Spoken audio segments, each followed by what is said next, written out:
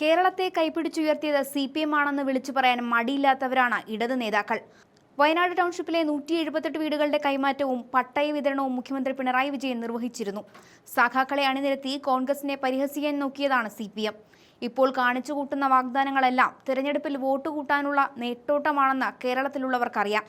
ചടങ്ങിലുണ്ടായ കൂവൽ മനോവിഷമം ഉണ്ടാക്കിയെന്ന് T Siddique MLA പ്രതികരിച്ചിരുന്നു. കൂവൽ ആസൂത്രിതമാണെന്നാണ് സിദ്ദിഖ് പറയുന്നത്. പ്രതികരണം ഇങ്ങനെയാണ്: ദുരന്തത്തിന് ഇരയായ ഒരാൾ പോലും തനിക്കെതിരെ അസ്വസ്ഥതയുടെ ശബ്ദം ഉണ്ടാക്കിയിട്ടില്ലെന്ന് MLA പറയുന്നുണ്ട്. ദുരന്തബാധിതരെല്ലാം കൈയടിക്കുകയാണ് ചെയ്തത്. CPM പ്രവർത്തകരാണ് കൂവി വിളിച്ചത്. ബാക്കിയുള്ളവരുടെ അസ്വസ്ഥത താൻ കണക്കാക്കുന്നില്ല. സർക്കാർ എന്നാൽ എല്ലാവരുടേതുമാണ്. കല്ലിട്ടു പോകുന്നവരെന്ന മന്ത്രിയുടെ പരാമർശം ഒഴിവാക്കാമായിരുന്നു. ദുരിതാശ്വാസ പ്രവർത്തനങ്ങളിൽ സർക്കാരിനൊപ്പം നിൽക്കുകയാണ് ചെയ്തത്. ദുരന്തഭൂമിയിൽ ഒരു തരത്തിൽ പോലും വിഭാഗീയത ഉണ്ടായിരുന്നില്ലെന്നും ടി സിദ്ദിഖ് തുറന്നു പറയുന്നുണ്ട്. കേരളത്തിലുള്ളവരെ പറ്റിച്ച് മറ്റുള്ളവരെ കരുവാക്കാൻ സഖാക്കളെ നിരത്തി കൂവി വിളിക്കാൻ CPM-നെ കഴിയൂവെന്ന് ആരും പറഞ്ഞു കൊടുക്കേണ്ടതില്ല. സിദ്ദിഖിന്റെ പ്രതികരണം ചേർക്കുന്നുണ്ട്, കണ്ടു നോക്കാം. അറിയാം ഞാൻ തന്നെ ഇങ്ങോട്ട് വരുമ്പോ പേരാമ്പ്ര, കോഴിക്കോട്, മലപ്പുറം, തൃശ്ശൂർ, അങ്ങനെ അവിടെ നിന്നൊക്കെ വന്ന ആളുകളെ നമ്മൾ കാണുന്നുണ്ട്.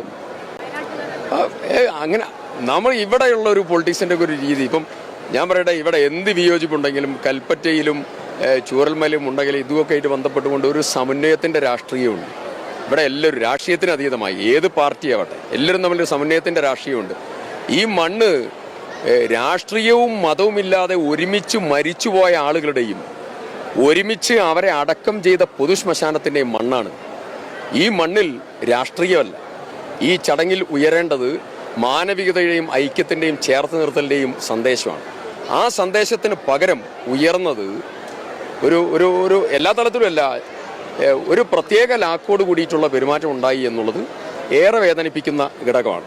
ഇപ്പോൾ ഞാൻ പുലർച്ചെ ഒരു 1:40-45 മണിക്കാണ് ഞാൻ ഈ വിഷയം 2024 ജൂലൈ 30 ഞാൻ ഈ വിവരം അറിയുന്നത്. ഞാൻ അത് കഴിഞ്ഞ് കിടന്ന കിടപ്പിൽ നിന്ന് എഴുന്നേറ്റ് ഓടിയതാണ്. ഞാൻ വരുന്ന വഴിക്കാണ് ഞാൻ ചീഫ് സെക്രട്ടറി വേണു, ഞാൻ എൻ്റെ ജീവിതത്തിൽ മറക്കില്ല മനുഷ്യൻ. അദ്ദേഹത്തിൻ്റെ 3ാമത്തെ റിങ്ങിൽ ആ മനുഷ്യൻ കോൾ എടുത്തിട്ടുണ്ട്. സിംഗിൾ കോളിലെ 3ാമത്തെ റിങ്ങിൽ കോൾ എടുത്തു. ഞാൻ വിവരം പറഞ്ഞു. അത് പ്രതിപക്ഷ നേതാവ് ഇൻസ്റ്റന്റ് ആയിട്ട് എടുത്തു. ഞാൻ മുഖ്യമന്ത്രി വിളിച്ചു. മുഖ്യമന്ത്രി അത് കഴിഞ്ഞ് എന്നെ തിരിച്ചു വിളിച്ചു. നമ്മൾ അങ്ങനെയൊക്കെയാണ് ഏകോപനം നടന്നത്. ഇതിലൊരു മറ്റുള്ളതായിരിക്കുന്ന ഒരു വിഭാഗീയതയോ, കാരണം സർക്കാർ നേതൃത്വത്തിലാണ് ഈ പദ്ധതികളൊക്കെ നടക്കേണ്ടത്. നമ്മളൊക്കെ സർക്കാരിനോട് ചേർന്ന് നിന്ന ആളുകളാണ്. പൊതുശ്മശാനമല്ലാതെ ഈ ജില്ലയിലെ പലയിടങ്ങളിലും കുഴി കുഴിച്ചിരുന്നു ബോഡി അടക്കം ചെയ്യാൻ. അന്ന് HML-ന്റെ ഭൂമി കിട്ടാൻ അന്ന് അവിടെ പോയി നേതൃത്വം കൊടുത്ത ആളാണ് ഹംസക്ക. അന്ന് കലക്ടറോട് സംസാരിച്ച് മന്ത്രി രാജനെയും റിയാസിനെയും നേരിട്ട് ചെറിയാനെ കണക്ട് ചെയ്ത് സ്ഥലം തരാം എന്ന് സമ്മതിപ്പിച്ച ആളാണ് ഞാൻ. അങ്ങനെ തുടങ്ങിയെല്ലാം. അത് കഴിഞ്ഞ് സർവമത പ്രാർത്ഥനയ്ക്ക് അറേഞ്ച്മെന്റ് ചെയ്ത് അടക്കം, ഒരു ദിവസത്തെ അടക്കം തലേ ദിവസം വൈകുന്നേരം മുതൽ പിറ്റേ ദിവസം പുലർച്ചെ 3 മണി വരെ നീണ്ടു നിന്ന ഇതാണ്. മുഴുവനിടത്തും ഗാർഡ് ഓഫ് ഓണർ, സർവമത പ്രാർത്ഥന എല്ലാം അറേഞ്ച് ചെയ്തു. അങ്ങനെയുള്ളൊരു മണ്ണാണ് ഈ മണ്ണ്. ഐക്യത്തിൻ്റെയും സ്നേഹത്തിൻ്റെയും മണ്ണാണ്.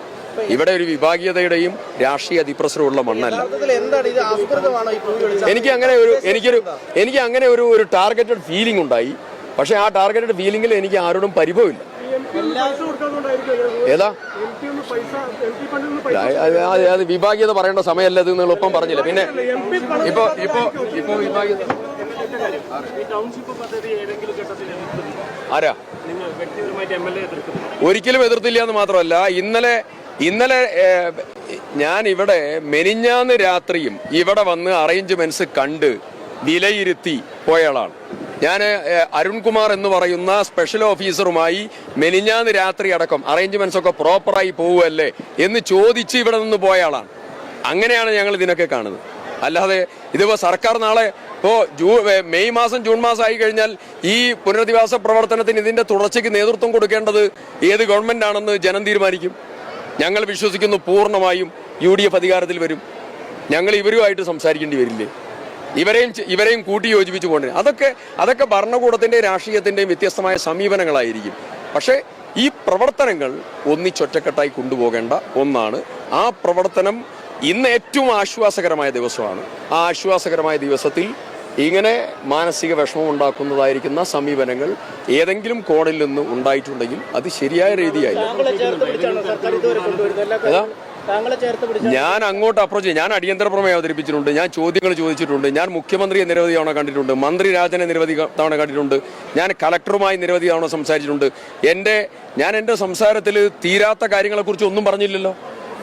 ഈ സമയം അത് പറയണ്ട എന്ന് കരുതിയാണ്. ഇതൊരു ആശ്വാസത്തിൻ്റെ സമയമാണ്. തീരാത്ത എത്ര കാര്യങ്ങളുണ്ട്.